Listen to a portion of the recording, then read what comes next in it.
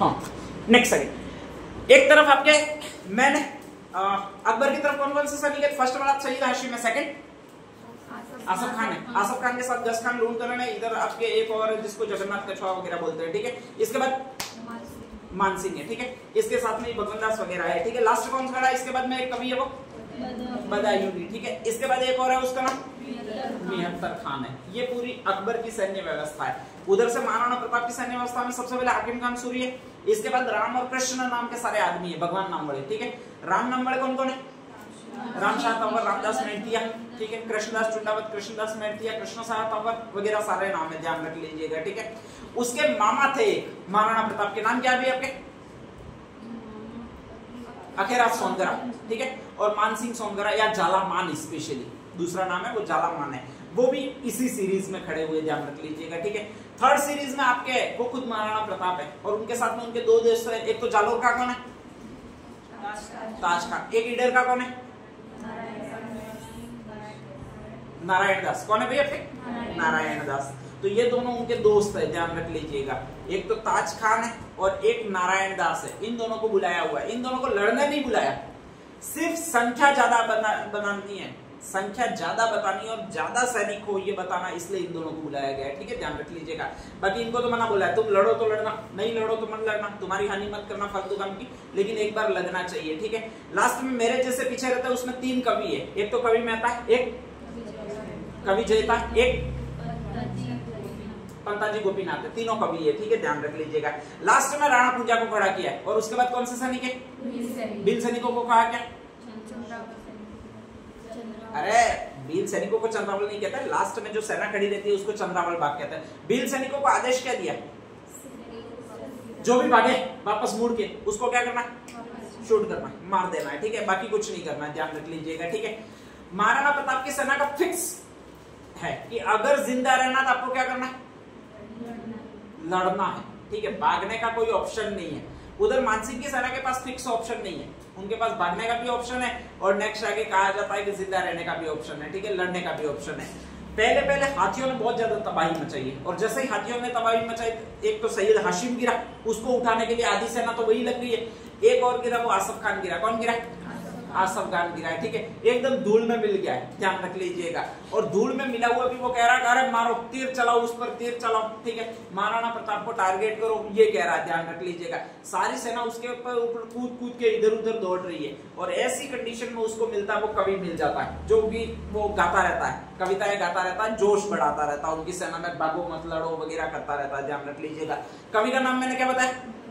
बदायूनी। और बदायूनी अचानक मिल जाता है, वो पड़े हुए आसफ खान को मिल जाता है, ध्यान रख लीजिएगा। पहले तो आसफ खान पहचान में ही नहीं आता, एकदम वॉर राजा बना हुआ होता है, ठीक है, हल्दी लगा के, लेकिन बाद में कहा जाता है कि वो थोड़ी थोड़ी लैंग्वेज से पहचान लेता है और लैंग्वेज से पहचान लेता है तो उस समय ये आसफ खान चिल्लाता रहता है, मारो, ये करो, वो करो।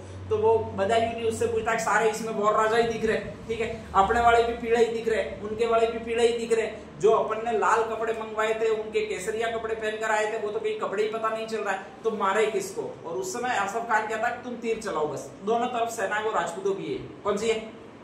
राजपूतों की थी। और जैसे ये कहा जाता है कोई भी राजपूत मरेगा इनमें से, चाहे अपने वाला मरे चाहे उनके वाला मरे, ध्यान रख लीजिएगा, तो इस्लाम को फायदा होगा। किसको फायदा होगा? इस्लाम को फायदा होगा, ठीक है। तो उनका क्लियर कट विजन था कि किसी भी तरह से मरे खपे, यही खपे, स्पेशली फालतू काम का अपन बाद में जीत लेंगे, कोई फर्क नहीं पड़ता, ध्यान रख लीजिएगा, ठीक है। और उसी समय कहा जाता है जब ये दोनों बात कर रहे होते हैं उस समय राम प्रसाद वापस आ जाता है दौड़ता दौड़ता, ध्यान रख लीजिएगा, ठीक है। एक दो लाते तो और मार ही देता है उस आसफ खान को, आसफ खान तो रटता रटता और जाता है। बदायूनी यहाँ से भाग खड़ा होता है, जो कविता करने वाला होता है, लड़ो मारो वगैरह करने वाला होता है, वो भी यहाँ से भाग खड़ा होता है, ठीक है, ध्यान रख लीजिएगा।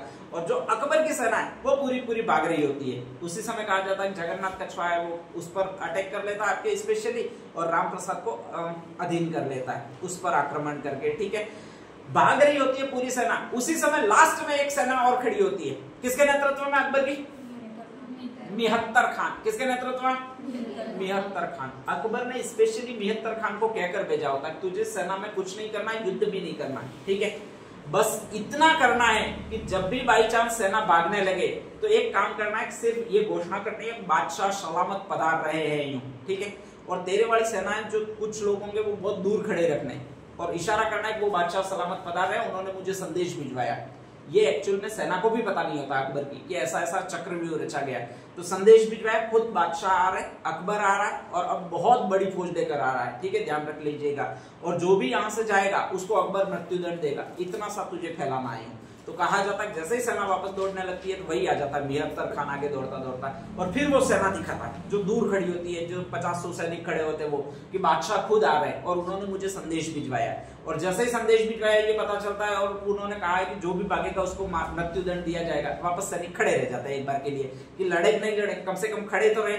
और इतने में वो क्या होता है कि धीरे धीरे आपके वापस लड़ना शुरू करते हैं, जो भी सैनिक होता है उधर से बाहर होता है तो वापस लड़ना शुरू करते हैं, ठीक है। महाराणा प्रताप को ज्यादा ही इच्छा होती है वो मानसिंह से निपटने की होती है। यहीं पर महाराणा प्रताप भी गलती कर देते, कुछ महाराणा प्रताप ने स्पेशली गलती की थी, ध्यान रख लीजिएगा। जब उनके आगे इतने सारे सैनिक लड़ने वाले थे तो वो पीछे रहते, ऑब्वियसली केवल सेना का नेतृत्व करते और किसी को भागने नहीं देते और बाकी सेना को लड़ाते, स्वाभाविक था, ठीक है।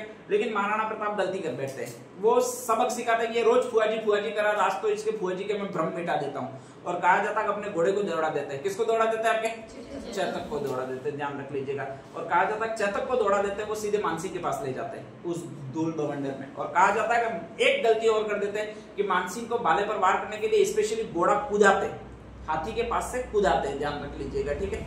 अब कूदाते यहाँ तक कोई दिक्कत नहीं थी, लेकिन घोड़ा अपना कंट्रोल खो बैठता है और जैसे ही खो बैठता है तो वो जाकर गिर जाता हाथी के माथे के पास में, ठीक है। और वहीं पर हाथी के जो दांत होते हैं उसमें खंजर लगे होते हैं, तलवारें लगी होती है, तो वो जाकर गिरता है, वो उस खंजर पर गिर जाता है और उससे उसके दोनों पैर आगे बढ़े होते हैं, वो जख्मी हो जाते हैं, ध्यान रख लीजिएगा, ठीक है। जब जख्मी होते हैं घोड़ा साधारण खड़ा रह नहीं पाएगा, वो भाला भी चला देता है, महाराणा प्रताप वगैरह सब कुछ होता है, लेकिन उससे उनका महावती मरता है, घोड़े का बैलेंस बिल्कुल खो चुका होता है, ठीक है। वो समझता है घोड़ा इधर से कूदेगा, उधर जाएगा, फिर उधर से वापस टर्न राउंड लेकर आएगा और फिर मैं वापस मार करूंगा तो मानसिंह मर जाएगा, ध्यान रख लीजिएगा। लेकिन अफसोस की टाइमिंग सही नहीं बैठती है और घोड़ा वहीं पर गिर जाता है। अब घोड़ा जैसे ही गिरता है तो कहा जाता है पीछे पीछे वो भागने वाला आता है, नाम क्या है, जाला बीदा। काम क्या दे रखा है उसको, महाराणा प्रताप जैसे ही गिरे एक ही काम करना है, क्या काम करना है, उनका मुकुट पहनकर सीधा घोड़े पर वापस रवाना होता है कूद कर, ठीक है। तो गहमा गहमी बहुत होती है, उनकी सेना उनके बैकअप में पीछे ही रहती है, ये कोई एक आदमी का काम होता नहीं है भाई, 100-200 सैनिक पीछे पीछे उनके हमेशा चलने वाले होते ही है कि महाराणा प्रताप को सिक्योरिटी देना है, तो सारे ये झुंड होता है एक सड़क से, उसको सिक्योरिटी देनी है यूं करके, मानसिंह का झुंड होता है और पूरे ये 500-600 घोड़े आपस में भिड़ रहे होते हैं, ये कंडीशन होती है उस समय। तो उस समय अचानक घेरा बनाकर आपके वो जाला बीदा होता है, वो महाराणा प्रताप को वापस चढ़ तक खड़ा होता है किसी तरह, स्वामी भक्त बहुत ज्यादा था, ध्यान रख लीजिएगा। तो वापस खड़ा होता है किसी तरह, 3 टांगों पर चलना शुरू करता है और निकल जाता है, महाराणा प्रताप को निकाल दिया जाता है। जाला बीदा वहां पर युद्ध में रहता है और कहा जाता है कि वो बहुत कम समय में वीर गति को प्राप्त हो जाता है, ठीक है। जैसे ही वीर गति को प्राप्त हो रहा है और ये जा रहे होते हैं, उस तरफ में चेतक को पहचान लिया जाता है, वो 2 व्यापारियों द्वारा पहचान लिया जाता है। उनका नाम है एक तो मुल्तान खान और एक खुरासान खान। क्या क्या नाम है, और खुरासान खान, 2 मुगल सैनिक होते हैं, ठीक है। ये वही सैनिक होते हैं जो घोड़ों के व्यापारी होते हैं, ध्यान रख लीजिएगा। अकबर को घोड़े देने का काम करते हैं वो ये 2 आदमी करते हैं, जिनमें से एक का नाम तो मुल्तान खान होता है, एक का नाम और क्या होता है, खुरासान खान, ठीक है। घोड़ों की नस्लों को अच्छी तरह से जानते हैं ये, ध्यान रख लीजिएगा।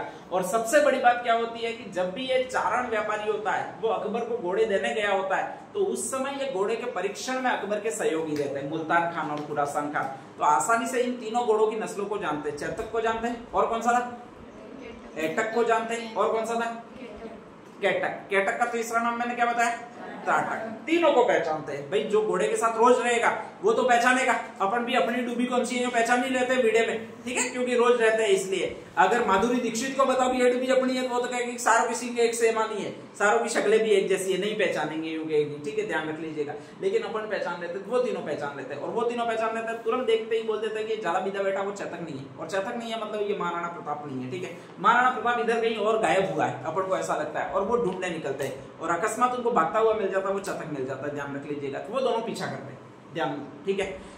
युद्ध कहां पर हो रहा है, हल्दीघाटी। हल्दीघाटी कहां पर है, ये लो सारा युद्ध पट लिया तुमको, हल्दीघाटी कहां पर है यही नहीं पता, राजसमंद कहां पर है, राजसमंद में, ध्यान रख लीजिएगा। तो ऐसी कंडीशन में कहा जाता है कि वहां पर राजसमंद है। राजसमंद में कहा जाता है कि स्पेशली एक नाला है बनास नदी का, वहीं पर आपके खमनोर की पहाड़ी है, वहीं से आपके बनास नदी का नाला निकलता है, ध्यान रख लीजिएगा। और उस बनास नदी का जहां पर नाला निकलता है उस नाले को कहा जाता है बलीचा। कौन सा कहा जाता है? बलीचा, ध्यान रख लीजिएगा, ठीक है। तो कहा जाता है कि वहां पर जाते जाते एक्चुअल में कैचअप कर देते हैं। वैसे घोड़ा बहुत भागने में था, लेकिन उनका घोड़ा सही था, चैतक थोड़ा लंगड़ा कर चल रहा था, तो ऐसी कंडीशन में कैचअप कर लेते हैं महाराणा प्रताप को। उनके पास ना शस्त्र होते वगैरह कुछ नहीं होता है।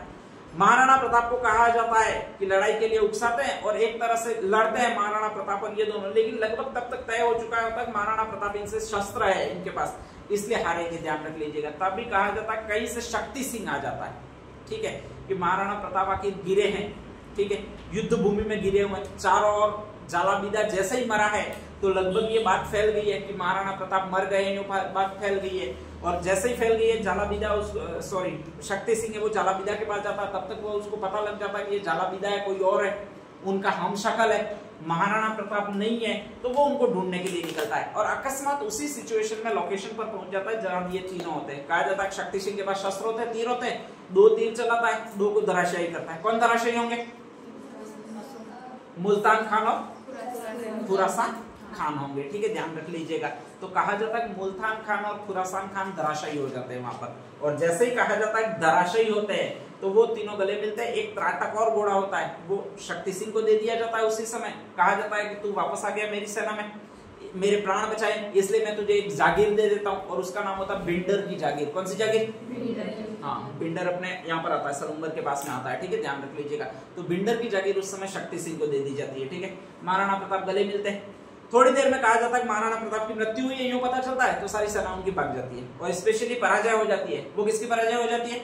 महाराणा प्रताप की पराजय हो जाती है, ठीक है, ध्यान रख लीजिएगा। मानसिंह है, उसको लगता है कि महाराणा प्रताप मर गए और वो नेक्स्ट आगे चला जाता है अकबर के पास में जल्दी जल्दी बताने के लिए कि मैंने किसको मार दिया भाई, आपके महाराणा प्रताप को मार दिया। एक और सैनिक को शक हो जाता है, उसका नाम होता है महमूद खान। कौन सा नाम होता है?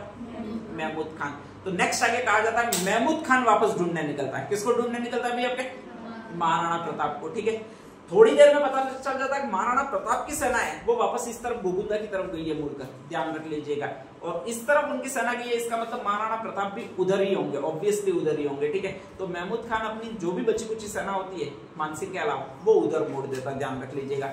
अकबर ने महमूद खान की नियुक्ति इसीलिए की थी कि अगर महाराणा प्रताप किसी तरह से बच जाए तो तुझे उन पर नजर रखनी है, और अंतिम में पीछा करके भी या तो बंदी बनाना है या फिर उनको क्या करना है भी, आपके मार देना है। तो उसका सिर्फ एक ही टारगेट है कि महाराणा प्रताप पर नजर करनी है, उसको कोई युद्ध नहीं करना है, लड़ना भी नहीं है, कुछ नहीं करना है, और महाराणा प्रताप पर नजर रखनी है। तो महाराणा प्रताप को जाते जाते एक और पकड़ लेता है, उसका नाम होता है महमूद खान। तो 2 मारे वो कौन कौन से?